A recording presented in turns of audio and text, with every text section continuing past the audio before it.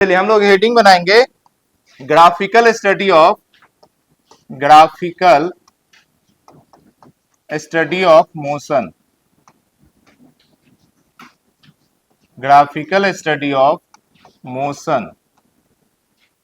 Motion का हम लोग ग्राफिकल स्टडी करेंगे, मतलब ग्राफ की मदद से हम लोग स्टडी करेंगे। ओके, तो नेक्स्ट है कि अभी तक क्या किए थे। अभी तक हम लोग ना इक्वेशन की मदद से सीखे थे। 3 इक्वेशन था, इक्वेशन ऑफ मोशन, उसकी मदद से सीखे थे। 3 इक्वेशन में 5 पैरामीटर था, you V A T S, वो सीखे थे। अब ना ग्राफ की मदद से सीखेंगे। तो ग्राफ की मदद से सीखने के लिए हम लोग 3 ग्राफ का यूज करते हैं। कौन सा 3 ग्राफ है? एक है एक्स टी ग्राफ, एक है वी टी ग्राफ और एक है ए टी ग्राफ। अब बहुत ध्यान समझिए, ये एक्स टी ग्राफ को हम लोग एस टी ग्राफ भी बोल सकते हैं। इसका नाम है पोजीशन टाइम ग्राफ। ये सबसे ज्यादा कंफ्यूजिंग है, इसके नाम में ही बच्चों को कंफ्यूजन होता है। कभी लिखा रहता है डिस्टेंस टाइम ग्राफ, कभी लिखा रहता है डिस्प्लेसमेंट टाइम ग्राफ, कभी लिखा रहता है पोजीशन टाइम ग्राफ। इसमें उतनी कंफ्यूजन नहीं होगा आपको जितना इसमें कंफ्यूजन होगा। तो ये आप कई नाम से इसको बोल सकते हैं। बोल सकते हैं position time graph, position time graph, इसे ही हम लोग बोल सकते हैं डिस्टेंस टाइम ग्राफ,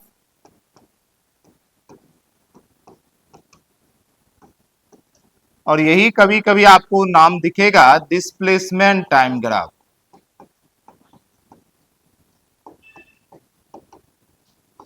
अब ऐसा है क्यों, जरा ध्यान से समझिए। अगर आप पोजीशन, डिस्टेंस, डिस्प्लेसमेंट को थ्योरेटिकली रूप में अच्छे से समझें तब आपको दिक्कत नहीं देगा। बहुत ध्यान समझो, हमारा मोशन कैसा है? Straight line. हमारा मोशन कैसा है अभी? Straight line. तो मान लो स्ट्रेट लाइन मोशन हो रहा है, पोजीशन है लोकेशन, पोजीशन है लोकेशन।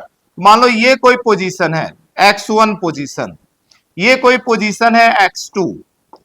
तो अगर कोई ऑब्जेक्ट एक पोजीशन से दूसरा पोजीशन गया, मूव किया, तो एक पोजीशन से दूसरे पोजीशन के बीच जो डिस्टेंस है उसको हम लोग डिस्टेंस भी बोल सकते हैं, डिस्प्लेसमेंट भी बोल सकते हैं। स्ट्रेट लाइन ही है, मेरी बात समझ पा रहे हैं?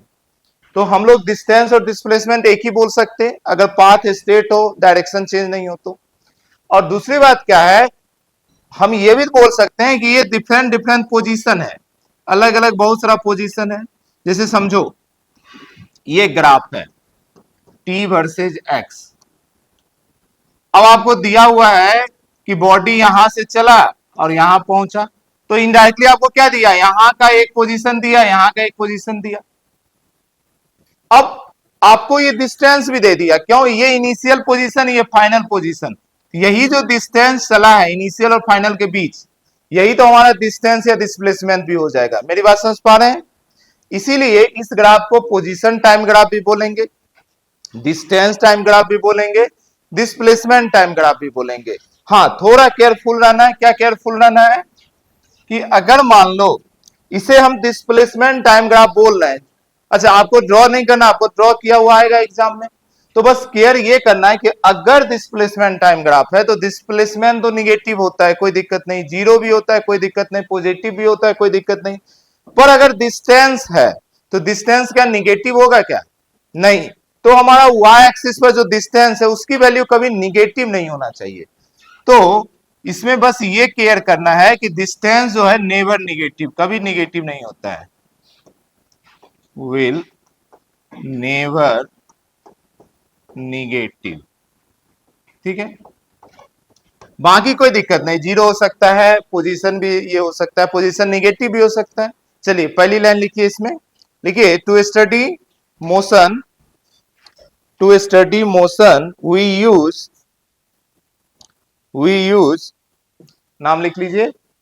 आप पहले लिखेंगे पोजीशन टाइम ग्राफ, ब्रैकेट में लिखेंगे एक्स टी और एस टी, फिर कोमा दे दीजिए या 2 लिख दीजिए, वेलोसिटी टाइम ग्राफ। अच्छा ये भी और करके लिख लेना ताकि आपको कंफ्यूजन नहीं हो। ये 3 ग्राफ हम लोग यूज करेंगे, ये 3 ग्राफ हमें पढ़ना है। ठीक है, मैंने आपको सैटरडे बोला था कि घर पे थोड़ा ग्राफ का रिवाइज करके आएंगे। ग्राफ हम लोग 3-4 क्लास पढ़े थे, थोड़ा थोड़ा यूज होगा। ग्राफ का 2 कंसेप्ट यूज होगा, एक इंटीग्रेशन किए थे एरिया अंडर कर्व और डिफरेंशिएशन में किए थे स्लोप। तो स्लोप और एरिया ये दोनों बातों का यूज होगा। चलिए दूसरा पॉइंट लिखिए, इन जनरल दूसरा पॉइंट लिखिए, in general time will taken at in general time will taken at X axis, time को हमेशा एक्स एक्सिस पर लेते हैं। अच्छा, ऐसा कोई रूल नहीं है, आपको एग्जाम में उल्टा पुल्टा भी कर सकता है, पर अभी तक किया नहीं है। तो जनरली एक्स एक्सिस पर ही टाइम लेंगे, एक्स एक्सिस पर टाइम लेंगे। अब अगर पोजीशन टाइम ग्राफ बनाना है तो वाई एक्सिस पर पोजीशन लिख दिए, वेलोसिटी टाइम ग्राफ बनाना है वाई एक्सिस पर वेलोसिटी लिख दिए, एक्सेलेरेशन टाइम ग्राफ बनाना है वाई एक्सिस पर एक्सेलेरेशन लिखेंगे। मानो अगली चैप्टर में फोर्स टाइम ग्राफ बनाएंगे तो वाई एक्सिस पर फोर्स लिखेंगे। पर अगर हमें टाइम के साथ ग्राफ बनाना है तो एक्स एक्सिस पर हमेशा टाइम ही लेते हैं। क्लियर है ना? ये एक जनरली कन्वेंशन है, बाकी स्पेशल केस कुछ भी किया जा सकता है आपकी कंसेप्ट को चेक करने के लिए।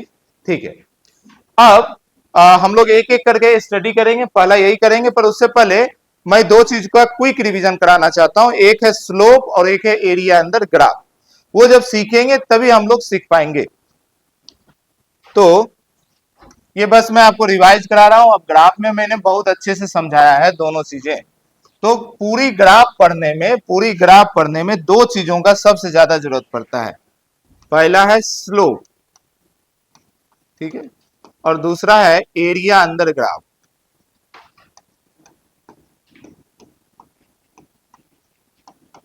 ठीक, ये दो चीजें एकदम क्लियर होना चाहिए, इररिस्पेक्टिव ऑफ कौन सा ग्राफ सीख रहे हैं, एक्सटी सीख रहे हैं, बीटी सीख रहे हैं, एटी सीख रहे हैं, या आगे जाकर और भी कोई ग्राफ सीखेंगे, उससे कोई मतलब नहीं। किसी भी ग्राफ का स्लोप से क्या मतलब है और किसी भी ग्राफ का एरिया से क्या मतलब है, ये दो पॉइंट हमारे लिए क्लियर होना चाहिए। तो मैं एक रैंडम ग्राफ ले रहा हूं, एक्स वाई ग्राफ। ये मैंने लिया एक्स, ये लिया वाई, ठीक है। मान लो ये कोई ग्राफ है। अब इसका स्लोप से क्या मतलब है? इसका स्लोप का जनरल मीनिंग होता है change in y axis by change in x axis, change in y axis by change in x axis. अगर वो यही बहुत छोटा चेंज हो तो इसको डी से रिप्रेजेंट करते हैं, तो इसी को लिख देते हैं d y by d x, यानी यही होता है डिफरेंशिएशन। ओके, जरा एक बात ध्यान से देखिए, इसमें देखो y शुरू में ये था और बाद में y ये हुआ, तो चेंज इन y क्या है? चेंज इन y ये है, यही तो y में चेंज हुआ यहां से यहां तक। क्या मेरी बात समझ पा रहे हैं?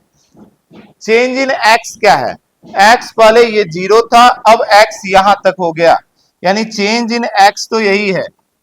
तो अगर यहां पे कुछ थीटा हो, यहां पे अगर कोई थीटा एंगल हो, तो आपको यहां पर एक राइट एंगल ट्रायंगल बनता हुआ दिखेगा। इस राइट एंगल ट्रायंगल में अगर टेन थीटा निकालने जाएंगे तो टेन थीटा क्या होगा? टेन थीटा होता है परपेंडिकुलर, ये जो y में चेंज है यही इसका परपेंडिकुलर है ना। तो चेंज इन y जो है डेल्टा बोल दो या d बोल दो, और ये चेंज इन x है, चेंज इन x, या इसको dy बाई dx भी बोल सकते हैं। यानी जो स्लोप हम बोल रहे हैं वही dy बाई dx है, वही tan थीटा भी है। मेरी बात समझ पा रहे हैं? अब हम जानते हैं थीटा जब जब 90 से कम होता है tan की वैल्यू पॉजिटिव होता है। मेरी बात समझ पा रहे हैं? अच्छा, इससे मैं एरिया थोड़ी देर बाद डिस्कस करता हूं, पहले उससे कंप्लीट कर लीजिए, ठीक है। अब मुझे यह भी पता हो गया tan थीटा तो है, तो tan थीटा में थीटा की वैल्यू अगर 0 डिग्री होता है तो tan थीटा का वैल्यू क्या होगा? 0 डिग्री, और tan थीटा का मतलब स्लोप, तो स्लोप हो गया 0 डिग्री, यानी थीटा 0 तो स्लोप 0, पहला केस। दूसरा केस, अगर थीटा 90 डिग्री तो tan थीटा कितना? लो, अनडिफाइंड, ठीक है ना। अच्छा, tan थीटा का मतलब हो गया फिर से स्लोप, तो अगर tan अनडिफाइंड है मतलब स्लोप भी यहां पर अनडिफाइंड होगा। क्लियर है मेरी बातें? और भी केस देख लीजिए, और भी केस देख लीजिए।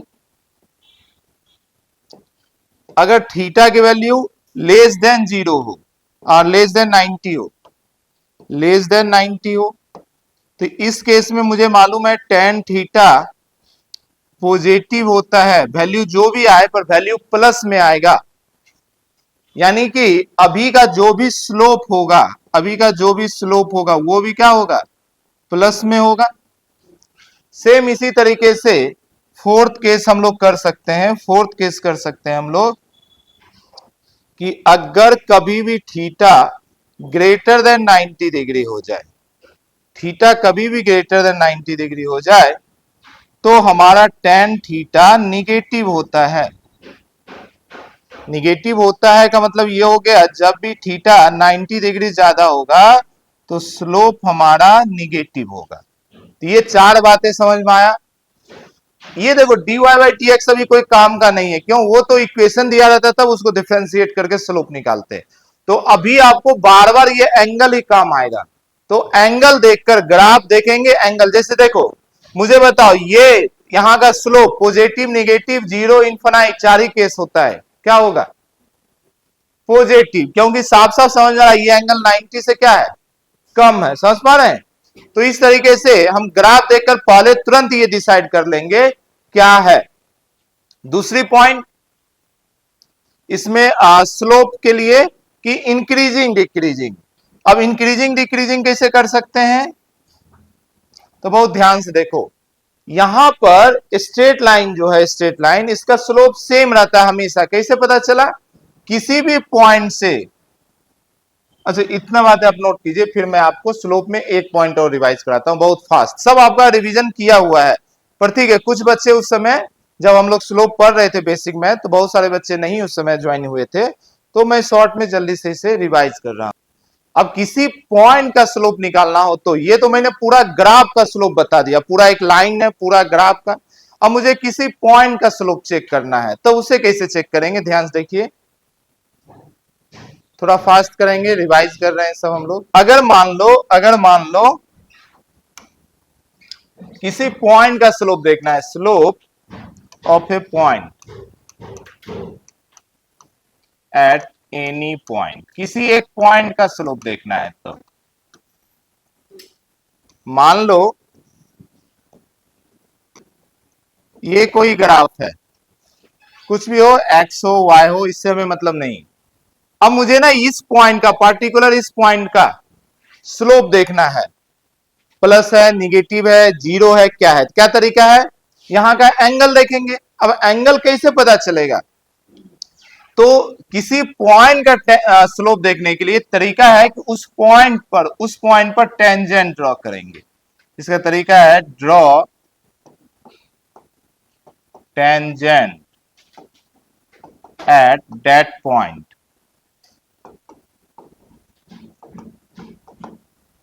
जैसे इस पॉइंट पर मुझे मान लो ये कोई पॉइंट P है, मुझे इस पॉइंट का स्लोप चेक करना है, तो मुझे पहले इस पॉइंट पर एक टेंजेंट ड्रॉ करना पड़ेगा।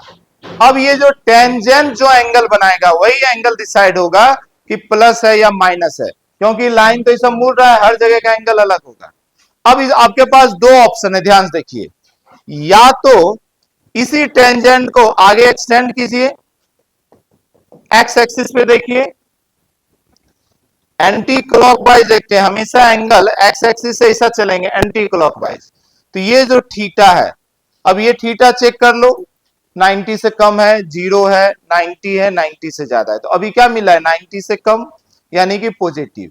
दूसरा है क्या, मानो बहुत सारा पॉइंट है, अब कितनी बार खींचेंगे ग्राफ बहुत मेसी हो जाता है, तो दूसरा एक और तरीका है, क्या, देखो ये लाइन को यहां से यहां लेके चल जाइए, पैरेलल शिफ्ट कर दीजिए, कोई दिक्कत नहीं है। तो ये जो एक्स एक्सिस है, मैं इस एक्स एक्सिस को यहां पर शिफ्ट कर दिया, तो जो एंगल ये वही एंगल यहां पे भी होगा, मेरी बात समझ पा रहे हैं। तो ये ज्यादा अच्छा है कि आप क्या करें, छोटा सा टेंजेंट ड्रॉ करें और एक्स एक्सिस को वहां पे शिफ्ट कर दें, फिर आप एंगल देख लें, बात एक ही है। फिर से एक और एग्जांपल लेते हैं, ध्यान से देखिए,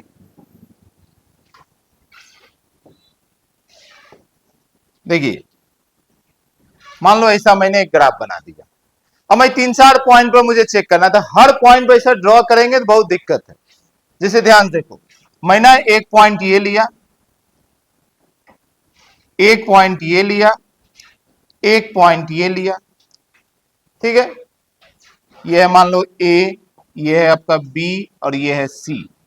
मुझे ए बी सी तीनों जगह का स्लोप डिसाइड करना है, पॉजिटिव है, निगेटिव है, जीरो है, क्या है। तो मुझे पता है कि जब भी किसी पॉइंट पर चेक करना है तो वहां का टेंजेंट ड्रॉ करेंगे। टेंजेंट मतलब टच करता हुआ लाइन। तो एक छोटा सा टेंजेंट यहां ड्रॉ कर दिया, एक छोटा सा टेंजेंट यहां ड्रॉ कर दिया, एक छोटा सा टेंजेंट यहां ड्रॉ कर दिया। क्लियर है ना।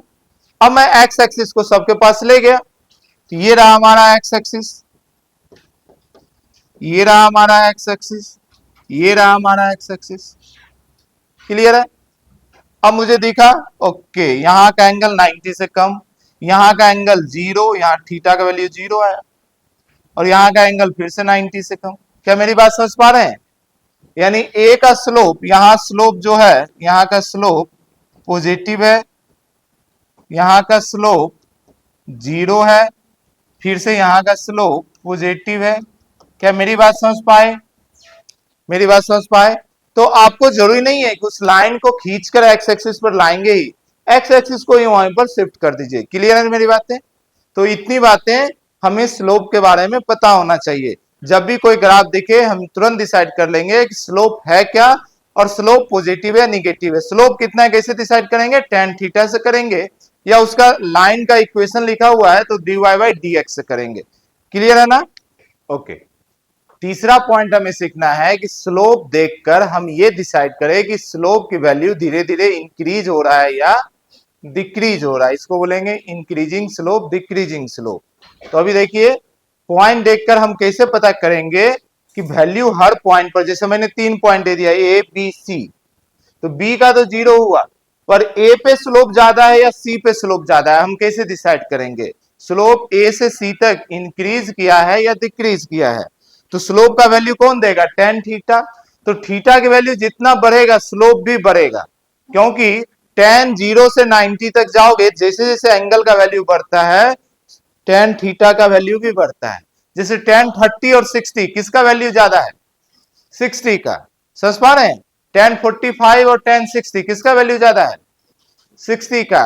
टेन 30 और टेन 45 किसका वैल्यू ज्यादा है, टेन 45 का। बातें समझ पा रहे हैं। तो 90 डिग्री तक जब जब एंगल बढ़ता है टेन थीटा का वैल्यू भी बढ़ता है। तो अगली कंसेप्ट देखिए, सिंस एज थीटा इंक्रीज, जैसे ही एंगल इंक्रीज करता है तो टेन थीटा भी इंक्रीज करता है। ये बातें तो आपको समझ में आ गया। और टेन थीटा का मतलब स्लोप है, देयरफॉर स्लोप भी इंक्रीज करेगा। यानी कि आप ये पॉइंट अच्छे से दिमाग में बैठा लीजिए, theta increase slope increase, theta increase slope increase. ठीक है। फॉर एग्जाम्पल ध्यान से देखिए,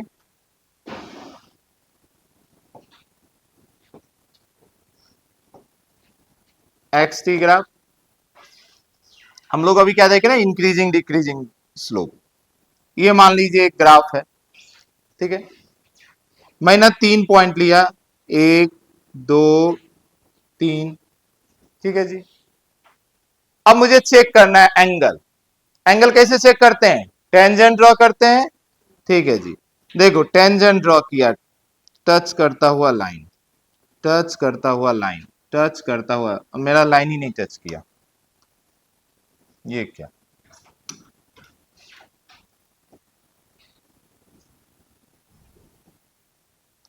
ओके, तो आप ना आराम से टच करता हुआ लाइन ड्रॉ कर दें।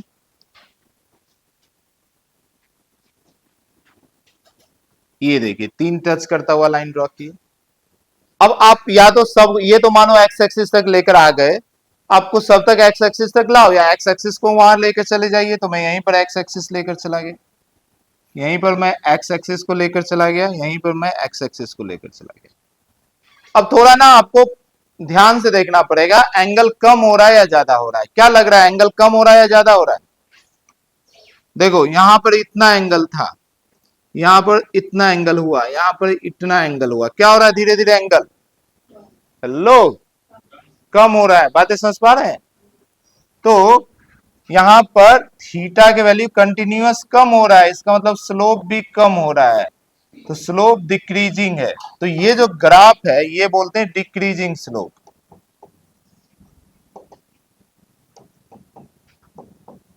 ठीक है। अब इसी को एक और तरीका मैं बताता हूं चेक करने का। एक और तरीका समझिए, बिना एंगल की मदद से कर सकते हैं। दूसरा तरीका समझिए,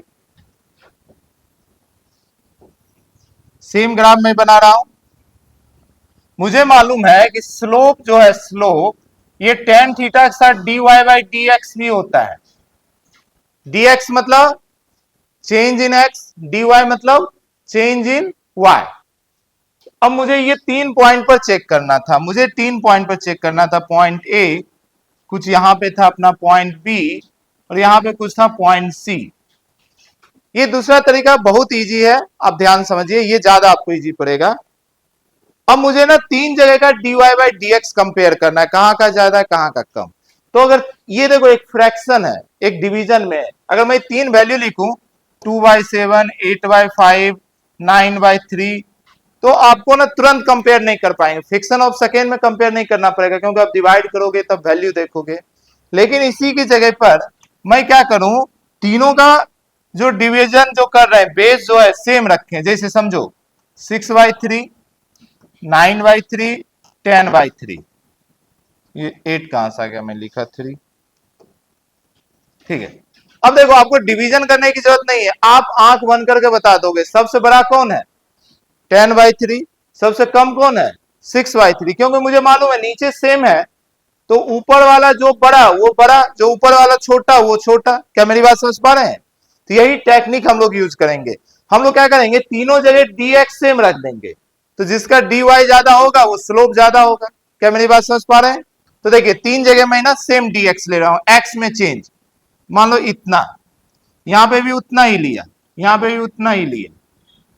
ये आपका dx, ये आपका dx, ये आपका dx। अब dy ग्राफ में मिलाओ, जितना y जा रहा है इसका y इतना जा रहा है, देखो ये है इसका dy, इसका y इतना जा रहा है, तो ये है इसका dy, और इसका y एकदम इतना सा जा रहा है। समझ पा रहे हैं? तो फिर से बताइए, सब ज्यादा dy किसका, a का, तो सब ज्यादा स्लोप a पे है। b पे dy कम हो गया, स्लोप कम हो गया। c पे और कम हो गया, और कम हो गया। मेरी बात समझ पा रहे हैं? तो देखिए फिर से मिल गया डिक्रीजिंग स्लोप, धीरे धीरे स्लोप कम हो रहा है। तो आप ऐसा भी निकाल सकते हैं, आप ऐसा भी निकाल सकते हैं। तो मैं लिख दे रहा हूं, since dy is decreasing for same dx, therefore slope will decrease। क्या मेरी बात समझ पाए?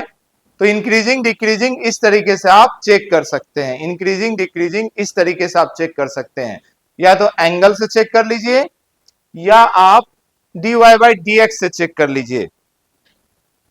ये सब थीटा है, ये सब एंगल है, इतना छोटा है आपको दिखेगा भी।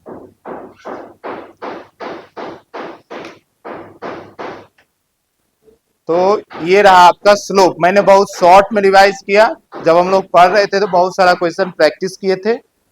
अब प्रैक्टिस नहीं करेंगे, अब तो ग्राफ सीखेंगे ही, वहां पर प्रैक्टिस हो जाएगा आपका। पर कंसेप्ट, इतनी बातें आपको याद रखना है, इतनी बातें आपको याद रखना है। मैं एक ग्राफ आपको दे रहा हूं, बताना है इंक्रीज हो रहा है, डिक्रीज हो रहा है, पॉजिटिव है, निगेटिव, जो जो आप बता सकते हैं बताइएगा। एक्स वाई, ठीक है, बताइए जी। 2-3 पॉइंट ले लीजिए। इंक्रीज डिक्रीजिंग कैसे डिसाइड करें, अपने मन से पॉइंट ले लीजिए। यहाँ ए ले लो, यहाँ बी ले लो, यहाँ सी ले लो। दो भी जगह, 3 क्यों लेंगे, 2 ही ले लो, एक शुरू में कहीं एक लास्ट में कहीं। बताइए सेम आ रहा है, कैसे चेक किए, आपकी मर्जी, जैसे भी करो। या तो एंगल बनाना है, तो देखो स्ट्रेट लाइन है तो इसका टेंजेंट तो यही रह जाएगा, तो एक्स एक्सिस को लेकर चले जाओ यहां पर, एक्स एक्सिस को लेकर चले जाओ यहां पर, एक्स एक्सिस को यहां पर, तो आप क्या देखेंगे, सेम एंगल बना रहा है, सेम एंगल बना रहा है। या दूसरा तरीका है, दूसरा तरीका है dy बाई डी एक्स से भी कर सकते हैं, तब भी आप देखेंगे कि same dy by d x आ रहा है। ये आपका अब मान लो मैं ना तीन जगह सेम dx लिया, इतना dx, यहाँ पे भी इतना dx, यहाँ पर भी इतना dx, तो आप क्या देख रहे हैं, dy इसका भी इतना ही है, इसका भी इतना ही है, इसका भी इतना ही है। क्लियर है ना? ये आपको थोड़ा बड़ा लग रहा होगा, ये dx भी मैंने थोड़ा बड़ा ले लिया है, तो इसे मैं छोटा कर देता हूं। ठीक है, तो आप देखेंगे इसका dy भी उतना ही है जितना इसका है, तो सबका dx अगर सेम रखे तो dy भी सेम ही आया। क्लियर है ना? यानी कि हर पॉइंट पर स्लोप का वैल्यू क्या है, कांस्टेंट। तो ये तुम याद कर लेंगे, बार बार काम आएगा कि जब भी लाइन स्ट्रेट हो, लाइन स्ट्रेट हो, कैसा भी लाइन हो, कैसा भी लाइन हो, अगर लाइन स्ट्रेट है, लाइन स्ट्रेट है तो उसका स्लोप क्या रहेगा, कांस्टेंट। देख लीजिए इस बात को, slope of straight line, slope of straight line, जब मैं स्ट्रेट लाइन पढ़ा रहा था तो ये सारी चीजें लिखाया था। Slope of straight line remain constant, slope of straight line remain constant, remain constant. Clear है ना? चलिए, इतनी नॉलेज स्लोप का चाहिए था। अब आते हैं एरिया अंडर कर्व, अब आते हैं हम लोग एरिया अंडर कर्व, तब हम लोग ग्राफ सीख पाएंगे।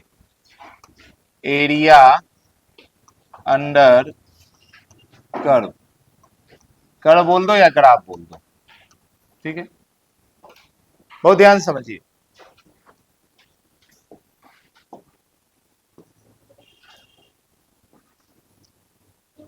मान लो ये एक ग्राफ है, अब आपको बोला क्या गया, एरिया अंडर, इस वर्ड को समझिए, अंडर, अंडर मतलब उसके नीचे, यानी ये, अच्छा ग्राफ क्या होता है, ग्राफ ये है, ये देखो मैं जो ग्रीन कलर्स बना रहा हूं ये है ग्राफ,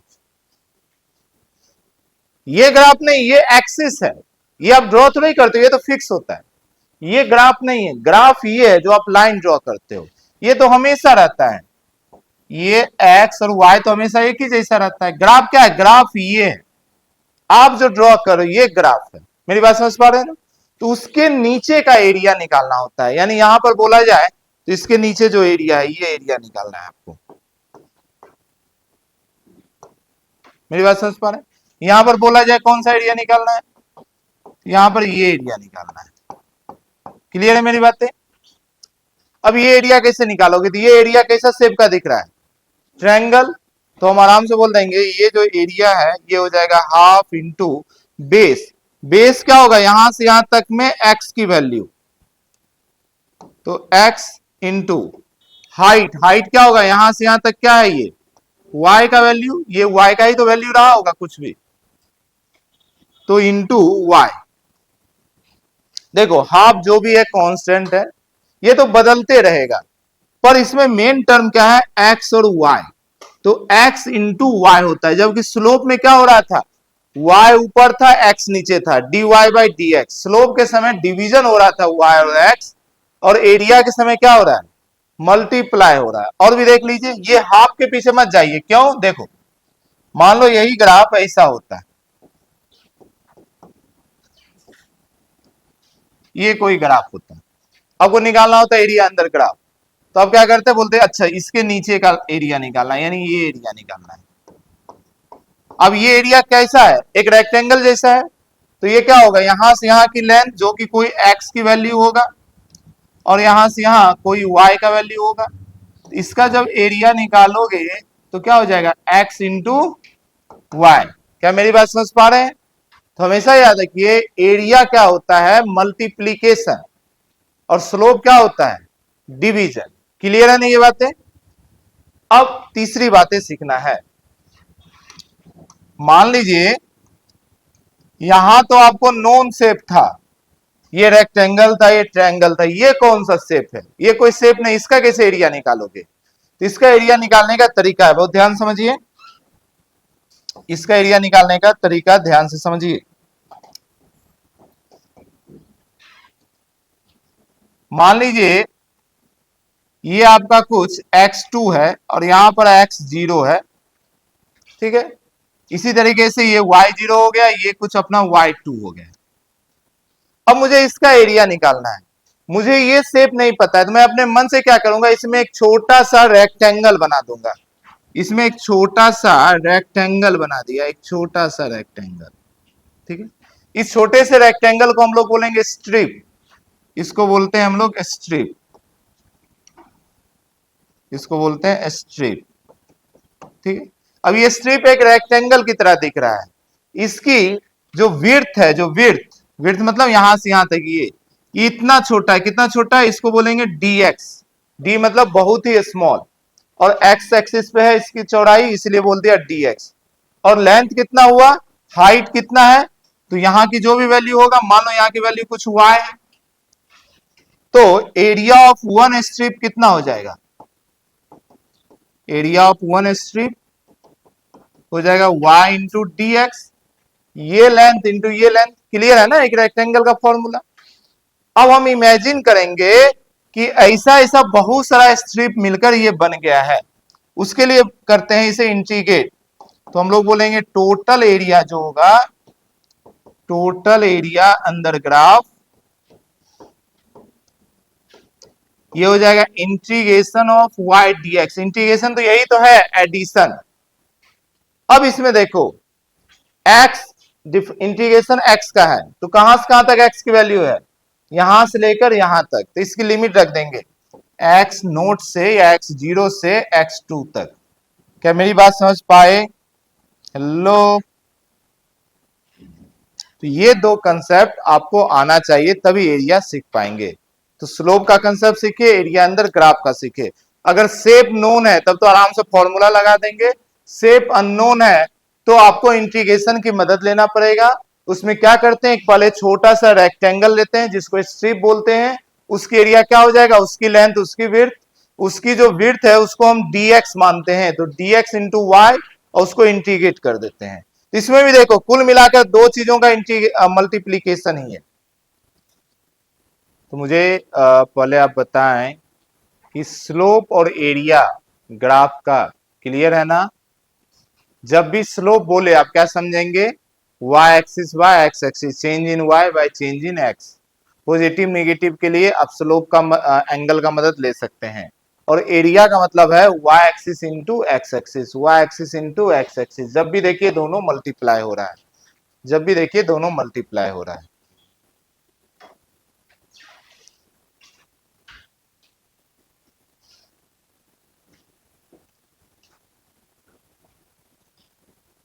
जब हम लोग पढ़ रहे थे स्लोप और ये सब कब पढ़े थे, डिफरेंशिएशन और इंटीग्रेशन में, है ना। कितने बच्चों का मिस हो गया था, जरा एक बार हाथ उठाएं तो। तब तो अच्छा हुआ रिवाइज कर लिया, अभी समझ में आया ना, अभी कोई दिक्कत नहीं है ना। बाकी आप लोग तो पढ़े हुए हैं 11 12, तो दिक्कत नहीं होगा। बाकी सॉल्व करते समय भी हम लोग केयर करेंगे। आइए आगे बढ़ते हैं।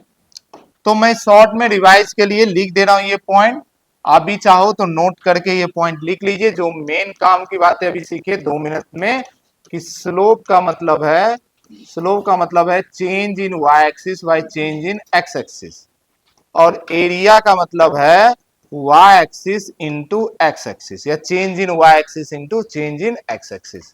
ये दो बातें आप याद रखिए, किसी भी ग्राफ में यही होता है।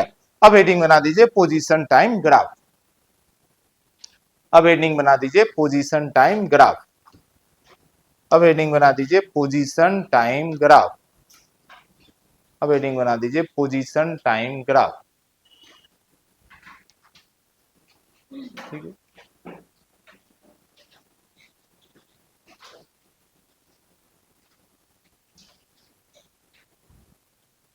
पोजीशन टाइम ग्राफ, चलिए मैंने आपको क्या बताया था, पोजीशन टाइम ग्राफ हो, कोई भी ग्राफ हो, हमेशा एक्स एक्सिस पर क्या रखेंगे, लो टाइम, तो इस पे आ गया टाइम।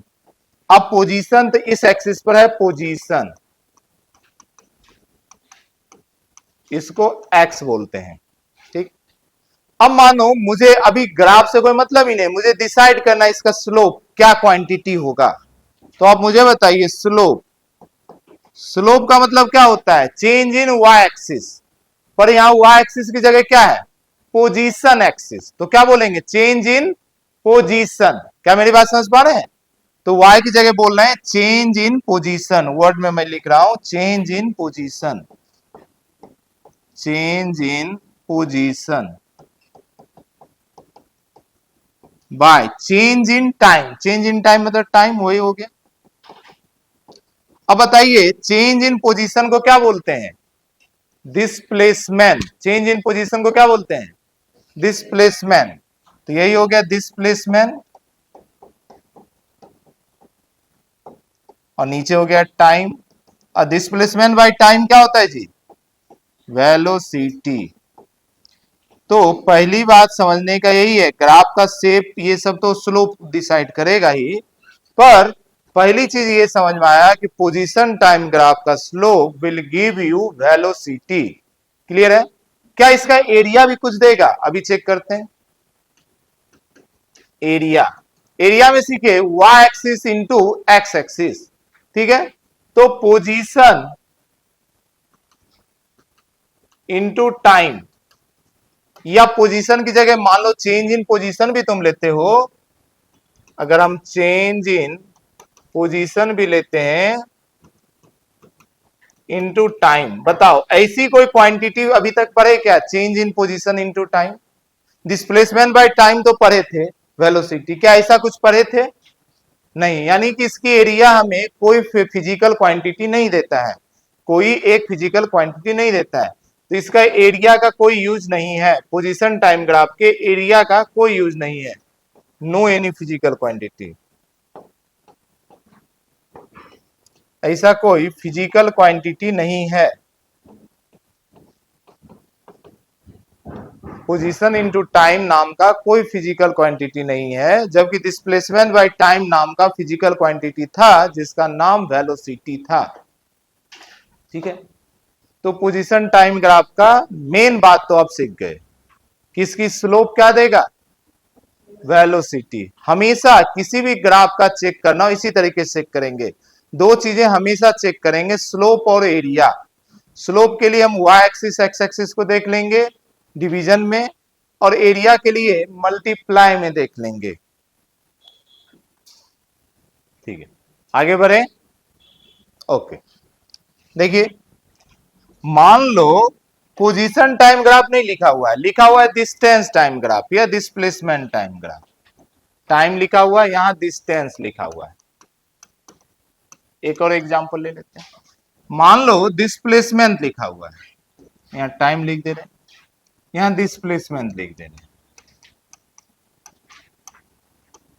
मान लो ग्राफ कुछ ऐसा है, ये कैसा भी ग्राफ हो उससे मतलब नहीं। अब मुझे बताओ इसका जो y एक्सिस है वो डिस्टेंस है, तो पहले डिस्टेंस इतना था 0, अब डिस्टेंस इतना है, मान लो इसकी वैल्यू 5, तो ओवरऑल यहां से यहां तक गया, तो आप क्या बोलोगे इसका डिस्टेंस कितना हुआ? 5। क्या मेरी बात समझ पा रहे हैं? फिर से वही, ये 0 है मान लो, और ये है मान लो कुछ भी 10, तो ओवरऑल y एक्सिस आपको कौन सा इंफॉर्मेशन देगा? डिस्प्लेसमेंट का। मेरी बात समझ पा रहे हैं? तो अब जरा देखो यहां पर अगर मैं स्लोप निकालूं, तो मैं चेंज इन डिस्टेंस जो लिखूंगा, चेंज इन डिस्टेंस बाय, अगर आपको लिखना दिए भी लिख ही लो, चेंज इन टाइम, आपकी मर्जी। अब बताओ चेंज इन डिस्टेंस, एक डिस्टेंस ही तो हुआ, पहले 0 था 5 था, डिस्टेंस मिल गया, ये मिल गया।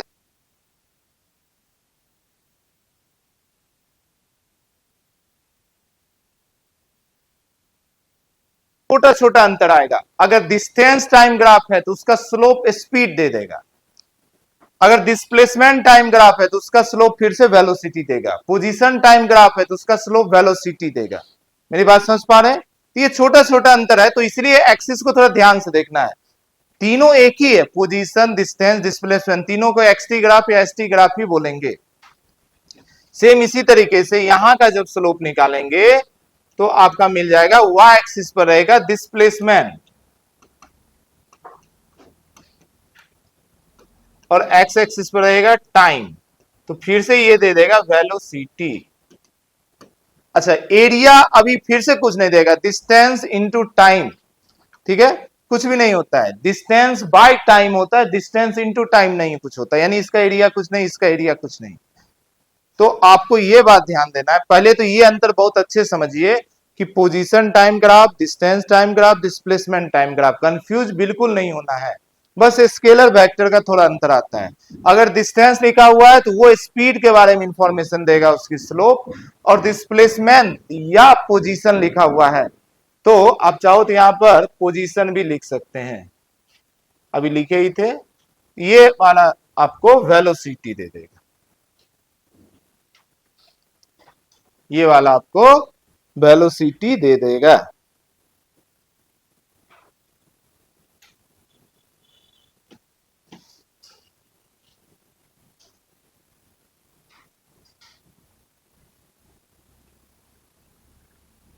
चलिए एकदम बेसिक बेसिक प्रैक्टिस करेंगे, इतनी इंफॉर्मेशन से पहले 2-4 क्वेश्चन प्रैक्टिस करते हैं बेसिक बेसिक, फिर हम लोग मेन टफ जो होता है कंपटीशन का क्वेश्चन, उसमें कन्वर्जन रहता है। एक्सटी ग्राफ दे देगा, वीटी पूछेगा, एक एक्सटी ग्राफ दे दिया, बोलेगा उसके करस्पॉन्डिंग 4 ऑप्शन में कौन सा वीटी है, एक वीटी दे दिया, 4 एटी दे दिया, वो कन्वर्जन। तो कन्वर्जन तभी कर पाएंगे जब ग्राफ देखकर आप चीजें क्लियर हो पाएगा। अब डिस्टेंस टाइम ग्राफ है, आपको देखकर समझ में आ गया ये स्लोप है, इसका स्लोप स्पीड है, और स्पीड कैसा है, पॉजिटिव है, समझ पा रहे हैं। लाइक स्पीड निगेटिव का कोई मतलब नहीं है, पर यहां पर देखो वेलोसिटी पॉजिटिव है, क्लियर है ना, थीटा की वैल्यू 90 डिग्री कम है। अच्छा, यहां से यहां तक लाइन स्ट्रेट है, यानी कि स्लोप कांस्टेंट है, यानी ये कैसा यूनिफॉर्म मोशन है, वेलोसिटी कांस्टेंट है। मेरी बात समझ पा रहे हैं। इस तरीके से आपको एक से दूसरे में कन्वर्ट करना पड़ेगा। अभी सिर्फ वैल्यू निकालना सीखते हैं, बेसिक बेसिक में क्वेश्चन करा रहा हूं। चलिए एक दो क्वेश्चन करते हैं हम लोग, एक दो क्वेश्चन करते हैं हम लोग।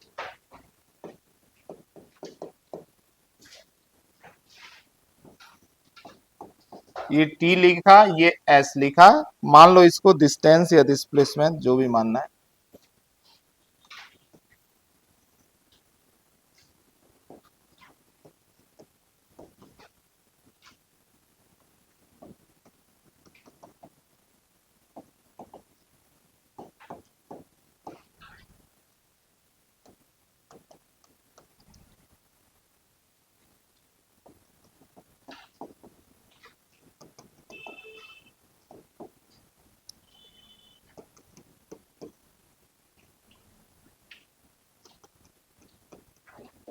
चलिए, तो मैंने आपके सामने एक ग्राफ दिया, मान लो इसको डिस्प्लेसमेंट थी, वेलोसिटी पूछ रहा है। अब आपको वेलोसिटी बताना है, फाइंड वेलोसिटी बिटवीन ओ ए, दूसरा ए बी, और तीसरा बी सी, ठीक है, 3 जगह की वेलोसिटी बताना है। तो मुझे समझ में आ गया, डिस्प्लेसमेंट टाइम ग्राफ से वेलोसिटी निकालेंगे कैसे, उसकी स्लोप से। कहां का स्लोप, जहां का पूछ रहा ओ ए, तो ओ से लाइन स्ट्रेट है, एक ही स्लोप कांस्टेंट रहेगा, वेलोसिटी कांस्टेंट रहेगा। कैसे निकालेंगे, अब अगर ये एंगल दिया रहता तब तो टेन थीटा का वैल्यू निकाल देते हैं, एंगल नहीं दिया है तो कोई बात नहीं है, एंगल नहीं दिया है तो हमें मालूम है स्लोप मतलब change in y by change in x. यहां से यहां में वाई का चेंज कितना हुआ है, 0 से 10 का, एक्स में कितने का चेंज हुआ है, 0 से 10 का, तो 10/10 1 आ गया, आंसर हो जाएगा 1 metre per second.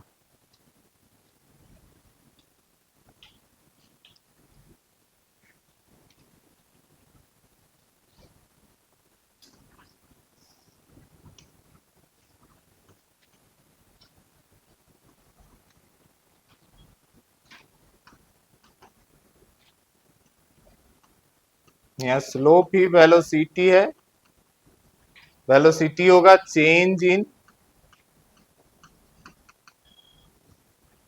Y axis, y axis बोलो या वाई एक्सिस की जगह जो भी है एक्स, और ये है चेंज इन एक्स एक्सिस। अच्छा, चेंज का मतलब क्या होता है, फाइनल माइनस इनिशियल, ये भी याद रखिएगा, यहां से प्लस माइनस भी क्लियर हो जाएगा। तो चेंज इन वाई यानी वाई का फाइनल वैल्यू, पर कहां से कहां तक में, 0 से ए के बीच में, ओ ए में ही, तो ओ ए में वाई का फाइनल वैल्यू कितना है 10, और इनिशियल वैल्यू कितना है 0। क्या मेरी बात समझ पा रहे हैं, तो इसको लिखेंगे 10 माइनस 0।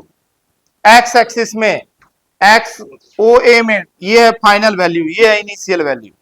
ये फिर से हो गया 10 माइनस 0 यानी कि आ गया 10/10 यानी कि 1 मीटर पर सेकेंड। इसी तरीके से निकालिए ए बी बी सी सबका। ए बी का जरा बता सकते हैं ओरल, बिना देखे समझे सोचे। 0 बताओ, यहां का नहीं लग रहा है स्लोप 0 होगा जी। तो जो स्लोप 0 स्लोप की को तो यहां पर वेलोसिटी बोलते हैं। तो ए बी का वेलोसिटी 0 हो गया। अब बीसी का निकाल लीजिए। ए बी का तो मैं लिख दे रहा हूं स्लोप 0 है, देयरफॉर वेलोसिटी भी 0 हो गया। Final minus initial 15 minus 10 5 20 minus 15 फिर से हो गया 5 5/5 फिर से आ गया 1 प्लस में ही आया, पॉजिटिव ही है। अब देखो आप खुद चेक करो, मुझे बताओ यहां में कहीं भी इसका स्लोप पॉजिटिव या नेगेटिव? पॉजिटिव। इसका भी स्लोप पॉजिटिव, दिख रहा है आंसर भी पॉजिटिव में ही आया है। अगर कोई निगेटिव आता तो उसका एंगल आप देखते हैं तो 90 से ज्यादा होता है। क्लियर है ना? चलिए एक और क्वेश्चन प्रैक्टिस करें, फिर हम लोग कन्वर्जन देखेंगे।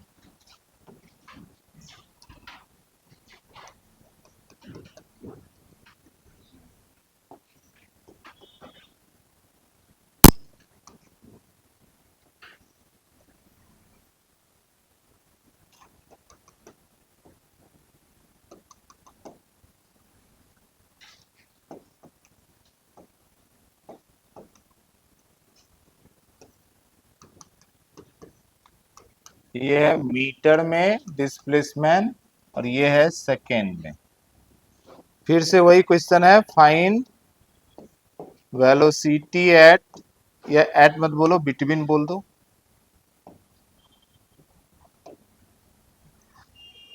अच्छा इसमें ना आपको ऐसा भी दे सकता है, वेलोसिटी बिटवीन, नाम दे दो ए बी ओ ए, दूसरा ए बी, तीसरा बी सी, ये पॉइंट है सी। कुछ और पॉइंट में देता हूं, मान लो किसी पॉइंट पर पूछ लेता है, कुछ पॉइंट पर पूछ लेता है। सी के बाद मैं ये बोला हूं डी, ये बोला हूं ई, ये बोला हूं एफ। फिर से चौथा बोल रहा हूं velocity at D, velocity at E, velocity at F. चलिए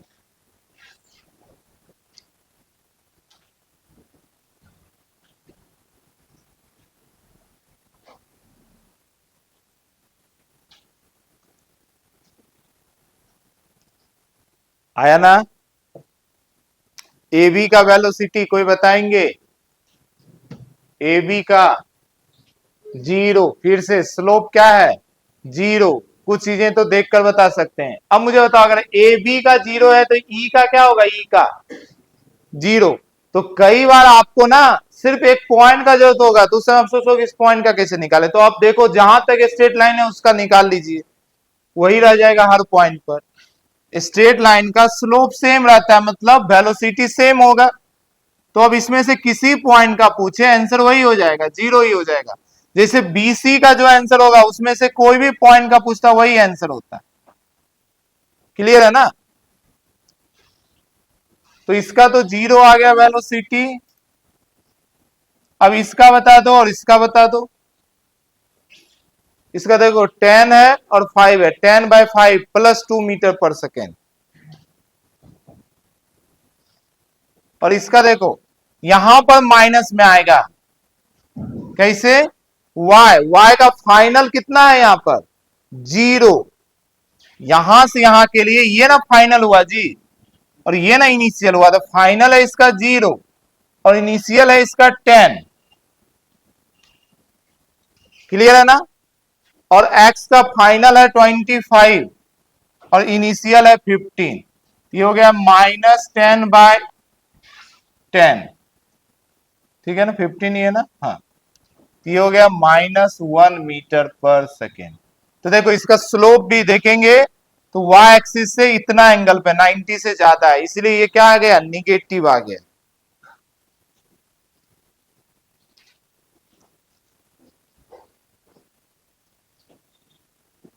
और फिर जब पॉइंट पे पूछेगा तो d का वैल्यू भी लिख देंगे, 2 मीटर पर सेकेंड ही हो जाएगा, e का फिर से 0 ही हो जाएगा और f का वही हो जाएगा -1। क्लियर है? हेलो, क्लियर है? चलिए आगे बढ़ेंगे हम लोग, जल्दी से नोट कीजिए। यहां पर एक पॉइंट और ध्यान देने वाली बात था कि जब भी किसी पॉइंट का पूछे तो आप देख लो स्ट्रेट लाइन कहां तक जा रहा है, उतनी दूर का निकाल लीजिए, उसके किसी भी पॉइंट पर वेलोसिटी सेम ही रहेगा। चलिए आगे बढ़ते हैं हम लोग, एक कन्वर्जन कीजिए जरा। अभी एकदम बेसिक बेसिक लेवल का क्वेश्चन कर रहे हैं, फिर धीरे धीरे मैं लेवल बढ़ाऊंगा। अभी मान लो एक आपके पास एसटी ग्राफ है, ठीक है, ये एसटी ग्राफ है आपका, ठीक है। अब इसके करस्पॉन्डिंग 4 ग्राफ दिया है आपको, बोल रहा है कि कौन सा वीटी ग्राफ सही है।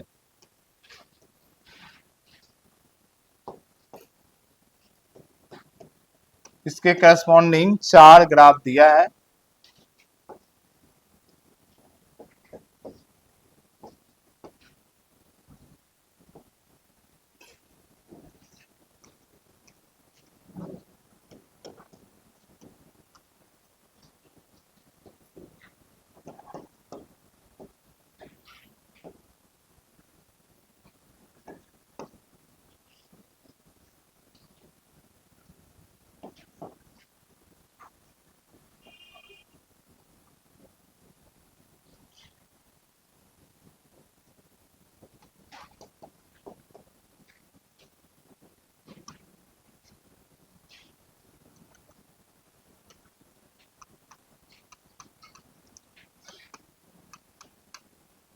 टाइम सेकेंड में है ना। चलिए बोलिए,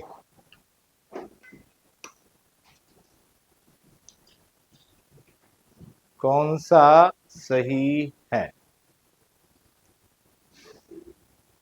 लॉजिक, लॉजिक कैसे करेंगे, 1 मिनट का समय लीजिए, पहले आप सोचिए, मैं तुरंत बता दूंगा। आप ना थिंकिंग का प्रोसेस आपके माइंड में इवॉल्व नहीं हो पाएगा, खासकर ग्राफिकल पोर्शन में आपको हर क्वेश्चन में खुद से थोड़ी मेहनत करना है, तभी आपके माइंड में प्रोसेस डेवलप होगा। इसमें ना याद करने ज्यादा जरूरी है, प्रोसेस डेवलप करना, सोचने का प्रोसेस, ठीक है। कुछ सही गलत सभी बच्चे एक बार आंसर पहले बता दें, कौन सा सही होगा।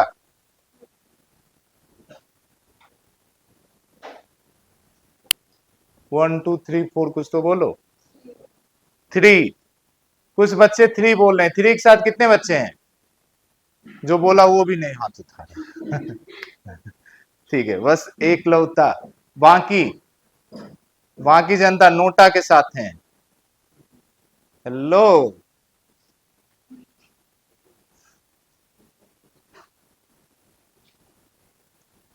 बाकी जनता जल्दी जल्दी, हो गया। अब इससे ज्यादा सोचोगे फिर आइंस्टाइन बन जाओगे।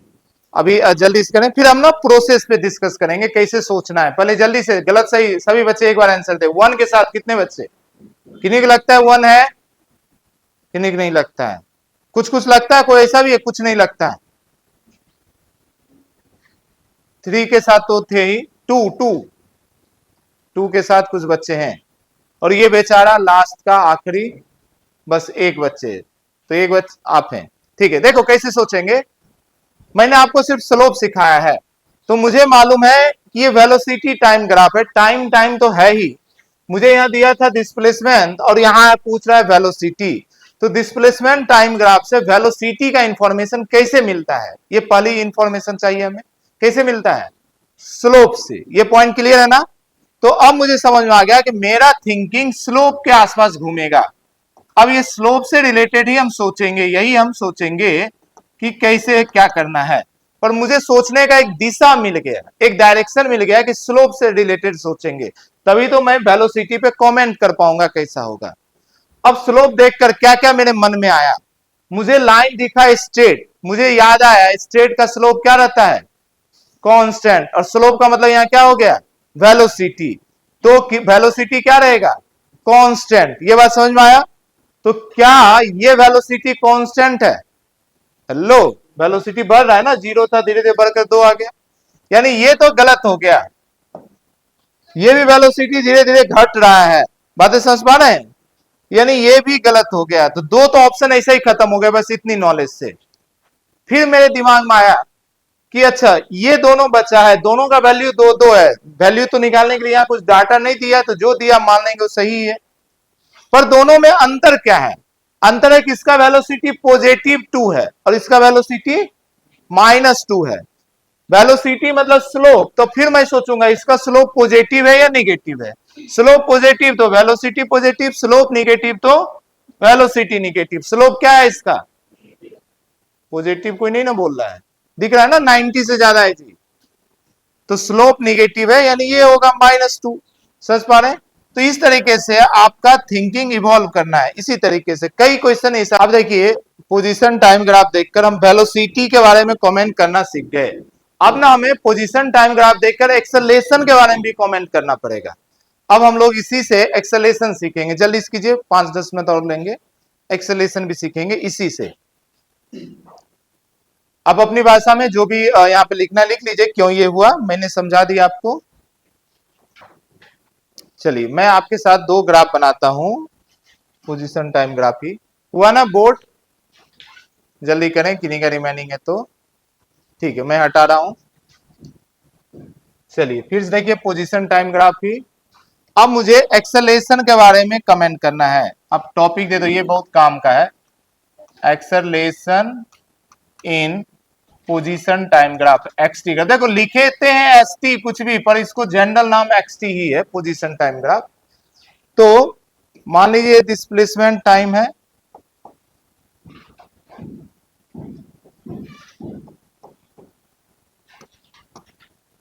मैं दो ग्राफ बना रहा हूं, 3 बना लो भाई, बाय 2 गेट 1। चलिए अब मुझे कमेंट करना है। देखो वैल्यू की बात नहीं है यहां पर, वैल्यू की बात इसलिए नहीं कि वैल्यू है भी नहीं, मुझे कमेंट ये करना है कि एक्सेलरेशन कब 0 होगा, कब पॉजिटिव होगा, कब निगेटिव होगा। कैसे, एक बात बताओ, इस ग्राफ को ध्यान से देखिए, इस ग्राफ को देखकर क्या आप बोल पाएंगे वेलोसिटी कैसा है, हर जगह पे सेम या अलग, सेम। अगर वेलोसिटी सेम हो तो एक्सेलरेशन क्या होता है, 0 ना जी, कांस्टेंट क्यों होगा। एक्सेलरेशन का काम क्या, मैंने क्या समझाया था, एक्सेलरेशन के जीवन का लक्ष्य है कि वेलोसिटी को बदलना। तो अगर वेलोसिटी नहीं बदल रहा है मतलब वहां पर एक्सेलरेशन एब्सेंट है। मेरी बात समझ पा रहे हैं ना। तो स्ट्रेट लाइन स्लोप कांस्टेंट यानी कि वेलोसिटी कांस्टेंट, वेलोसिटी कांस्टेंट मतलब एक्सेलरेशन 0। तो एक्सटी ग्राफ का जब भी लाइन स्ट्रेट दिखा तो वेलोसिटी कांस्टेंट और एक्सेलरेशन 0, ये पॉइंट आपको समझना है। तो यहां पर वेलोसिटी है कांस्टेंट पर एक्सेलरेशन है 0। तो देखो एक्सेलरेशन के बारे में बता दिए।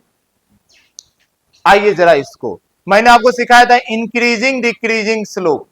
बताओ जी ये स्लोप इंक्रीजिंग है या डिक्रीजिंग है, डिक्रीजिंग है। समझ पा रहे हैं, नहीं समझ पा रहे हैं तो अपने मन से 3 जगह नहीं लेंगे, खुद समझ में आ जाएगा, टुई टुई टुई।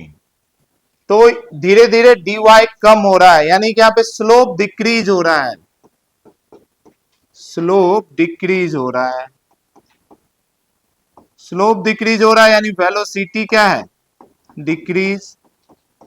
अब बताओ वेलोसिटी को डिक्रीज कौन सा एक्सेलरेशन करेगा, पॉजिटिव एक्सेलरेशन या निगेटिव एक्सेलरेशन, निगेटिव एक्सेलरेशन। समझ पा रहे, इसको रिटार्डेशन भी बोल सकते हैं, डी एक्सेलरेशन भी बोल सकते हैं। तो चूंकि वेलोसिटी डिक्रीज हो रहा है इसीलिए ये एक्सेलरेशन कैसा है यहां पर, निगेटिव। क्या मेरी बात समझ पाए। नेक्स्ट यहां पर बताओ जी स्लोप कैसा, इंक्रीजिंग या डिक्रीजिंग, इंक्रीजिंग। कैसे पता किए, देखो टुई उतना बड़ा ही लिए, उतना बड़ा ही लिए। देखो ये बेचारा dy इतना, इसका dy इतना, इसका dy पता नहीं कितना। तो धीरे धीरे dy बढ़ते जा रहा है, यानी इसका स्लोप इंक्रीजिंग है, स्लोप इंक्रीज। यानी कि वेलोसिटी इंक्रीज, वेलोसिटी को इंक्रीज कराने के लिए एक्सेलरेशन भी पॉजिटिव होना चाहिए। सब एक दूसरे से रिलेटेड है, सब एक दूसरे से रिलेटेड है। क्लियर है ना? एक क्वेश्चन ये बनता है कि भाई ठीक है, ये ग्राफ कैसा, कर्व कैसा है? ये तो स्ट्रेट लाइन है। अब ये क्या है? सर्कल है, इलिप्स है, पैराबोला है, हाइपरबोला है। कर्व कौन सा है? बहुत सारा कर्व पड़े हैं, समझ पा रहे हैं? तो आइए ये कर्व भी डिसाइड करते हैं, ये कर्व कौन सा है। तो मुझे बताओ, एस टी कितनी कितनी इंफॉर्मेशन आपको मालूम है? डिस्प्लेसमेंट मालूम है, टाइम मालूम है, एक्सेलरेशन मालूम है, वेलोसिटी मालूम है। तो एक इक्वेशन लिखते हैं सबको मिलाकर। क्या वो इक्वेशन यही है? S equal to u t plus half a t square. मेरी बात समझ पा रहे हैं? एक एक्सिस पर एस है और एक एक्सिस पर क्या है? टी। समझ पा रहे हैं? तो मैंने आपको याद कराया था एक्स और वाई, वहां पर एक एक्सिस पर एक्स होता था, एक एक्सिस पर वाई होता था। यहां देखो, वाई है एस और टी है हमारा क्या? एक्स। क्लियर है ना? अब मैंने आपको बताया था दोनों में से एक का पावर 1 और एक का पावर 2 हो तो कौन सा ग्राफ बनता है? हेलो, क्वाड्रेटिक इक्वेशन याद आ रहा है? ये क्वाड्रेटिक इक्वेशन है। अरे क्वाड्रेटिक इक्वेशन ऐसा ही ना होता है जी। इसको देखो ऐसा लिख सकते हो ना, half a t square plus u t minus s equal to 0। देखो ना, टी एक्स यहां पे रखो, आ जाएगा। ऐसा कौन सा इक्वेशन बनता था? किसका ग्राफ? पैराबोला। चलो शुरुआत से याद करते हैं। एक्स और वाई दोनों का पावर 1 1, ग्राफ किसका? Straight line. क्लियर है ना? y equal to m x, है ना? दूसरा, अगर x या y में से किसी एक का पावर 1 और एक का पावर 2 तब क्या बनता था? पैराबोला। यही है ना, एक का पावर 1 और एक का पावर 2 तो क्या बनता है? पैराबोला। तीसरा हम लोग समझे थे, दोनों का पावर 2 2 हो तब वो बन सकता है इलिप्स, और उसी का स्पेशल केस क्या था? सर्कल। याद आया? और x और y दोनों का पावर तो सेम हो पर इंटू कांस्टेंट हो, हाइपरबोला। याद आ रहा है? तो यहां पर एक का पावर 1 एक का पावर 2 तो ये क्या बनेगा? पैराबोला। तो याद रखिए, एक्सटी ग्राफ जब भी कर्व होगा तो वो ग्राफ कैसा होगा? Parabolic curve. ये ग्राफ है पैराबोला का, पैराबोलिक। ये क्या है? पैराबोलिक।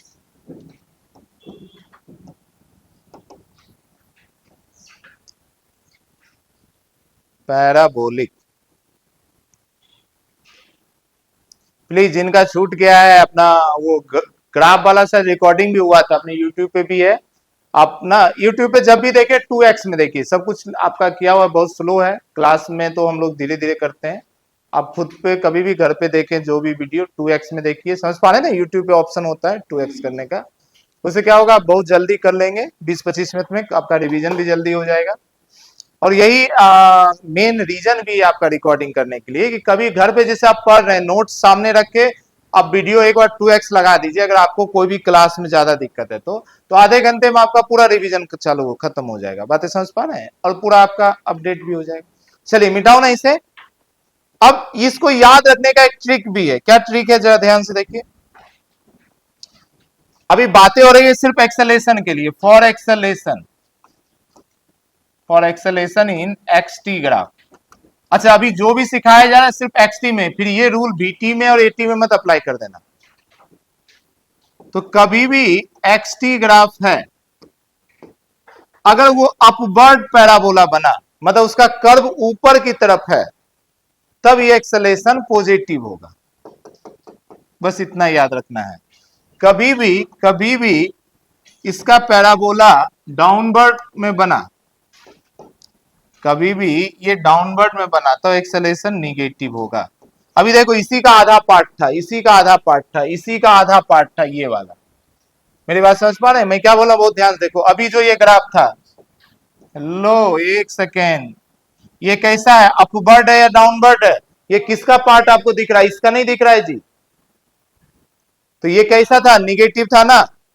जरा ध्यान से देखो, ये कैसा कर्व जा रहा है? ऊपर की तरफ नहीं जा रहा है, ये इसका पार्ट नहीं दिख रहा है, इसीलिए इसका एक्सेलरेशन कैसा था?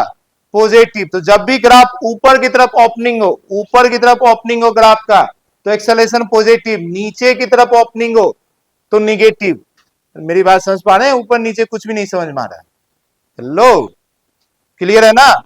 हाँ, तो ये सबसे ज्यादा आसान है समझना, पर ये सिर्फ और सिर्फ एक्सटी ग्राफ के लिए एक्सेलरेशन देखने का तरीका है। क्लियर है ना? तो अगर अपवर्ड हो, अपवर्ड ओपनिंग, तो हमारा पॉजिटिव एक्सेलरेशन होता है, और डाउनवर्ड ओपनिंग हो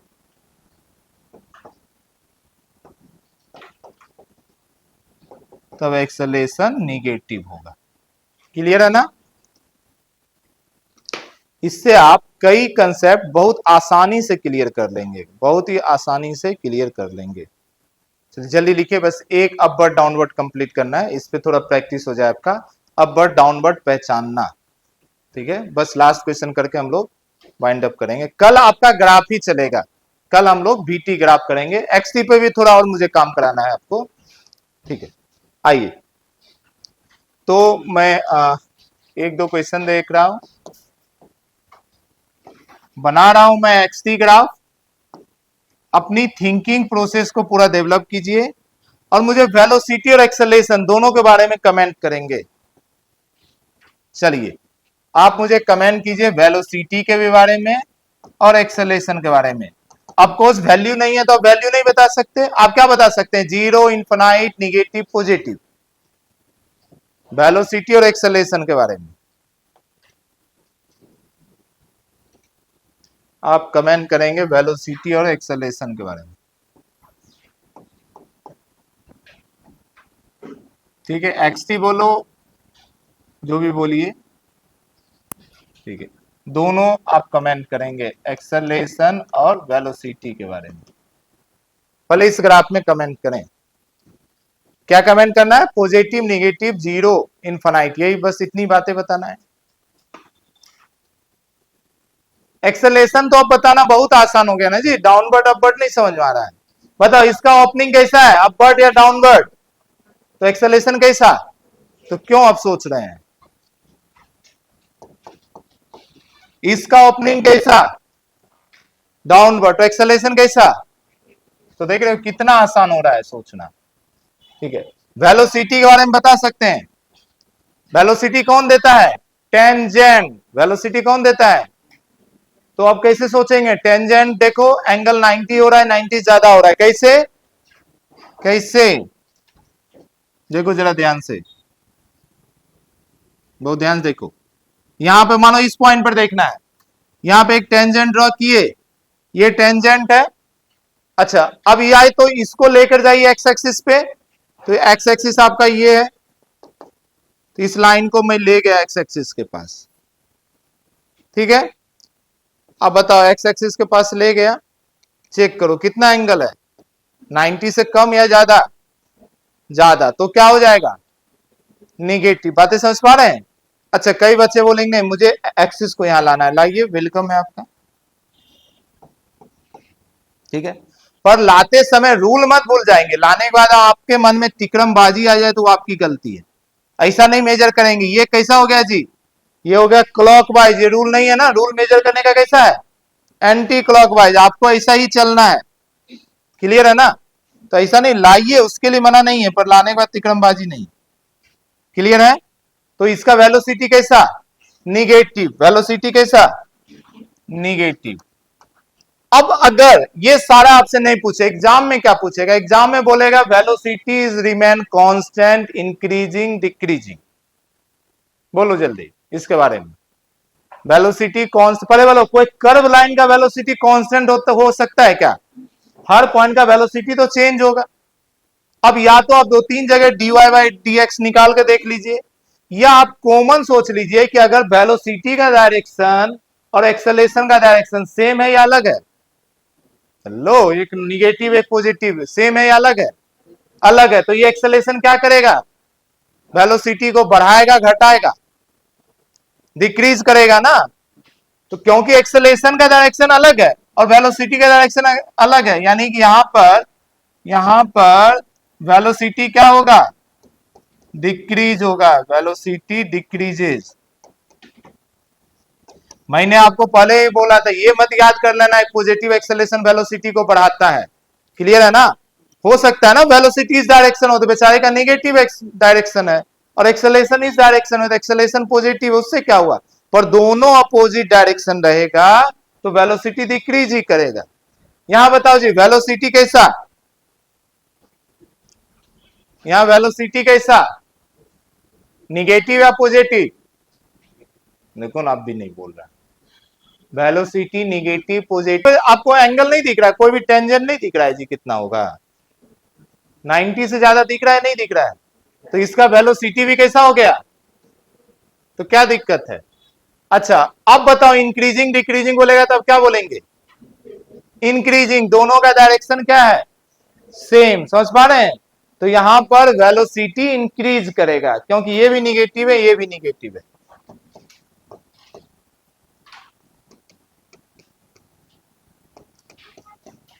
ठीक है, तो आज अपनी क्लास यहीं तक रखते हैं। आप हर ग्राफ के नीचे आप अपनी भाषा में मेंशन करें क्यों कैसे हुआ। ठीक है, अगली क्लास और